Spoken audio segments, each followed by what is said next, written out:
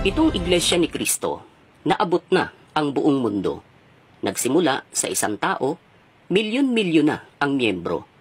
At kung uugatin ang pagsisimula nitong grupo, di mo aakalaing napakalayo ng mararating nito. Isang katotohanan sa iglesyang ito, madaling mapasunod kanilang mga miyembro. Uto-uto sabi ng mga naiinggit dito. Pero nangangarap na sila man ay maging ganito. Ano ang dahilan ng paglaki nito? Napakabilis namang napalibutan ang mundo. At kung ihahambing sa ibang relihiyoso, energetic noong una, ngunit ngayon ay wala na. Nakikita kahit saan sa iglesyang mga kapilya, gawaing panlipunan ay marami rin sila. Sa kanilang paniniwala, ang Diyos ang may gawa. Siya raw ang nagpangyari ng kanyang panukala. May mga lumaban kahit pa noong simula. Nasa na sila, ni anino ay wala. Ang binangga nito ay mga higanting paniniwala. Isang hamak na relihiyon. Sa simula ay kaawa-awa. Milagro ng langit, sandamukal na himala, naging makapangyarihan at tinitingala. Papuri sa Diyos na kanilang sinasamba at sa Panginoong Hesus na mahal na anak niya. Madalas kong marinig sa kanilang pagsamba, ang lahat ng ito ay gawa ng Diyos Ama. Sa aking paniniwala at sa aking nakikita, may mahalagang papel na ginagawa mga lider nila. Taong 1914, narehistro ang iglesia. Si Ginoong Felix Manalo ang nanguna sa kanila. Hindi birong hirap ang dinanas ng iglesia. Minumura, inaalipusta, pinagtulungan ng iba pa. May mga kasama rin sila na lumaban sa kanya. Pansariling kapakanan ang siyang pinauna. Nabalitaan ko, nagtayo ng sariling iglesia.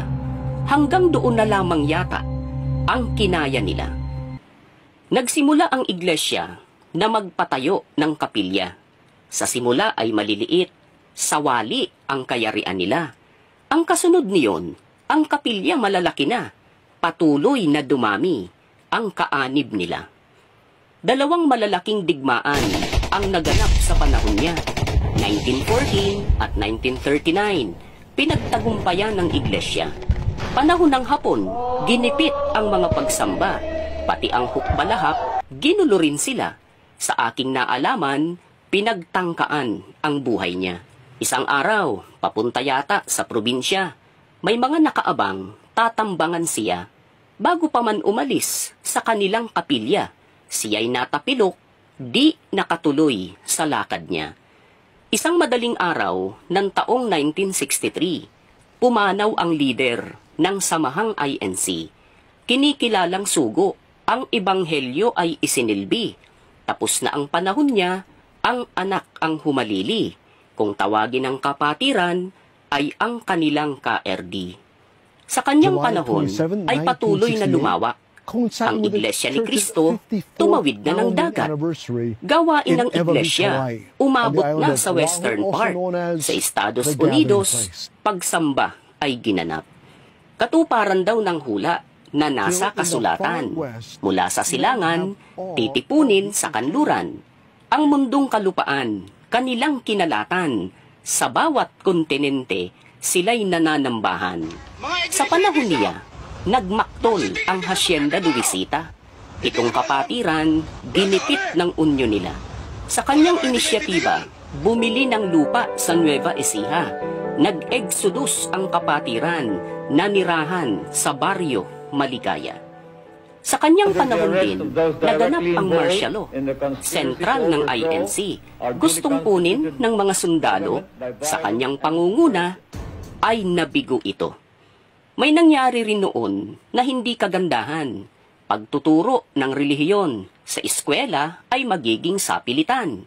Relihiyong Katoliko ang siyang makikinabang, pati ibang paniniwala, susubuan ng kanilang aral. Sa kanyang pangunguna, ito'y napigilan. Itong Central Temple, sa panahon niya ginawa, malalaking kapilya rin maging sa ibang bansa. Sa kanyang panahon, ang iglesia ay lalong tiningala. Lingap sa mamamayan, siya ang nagpasimula. Doon sa Jerusalem, nagtayo siya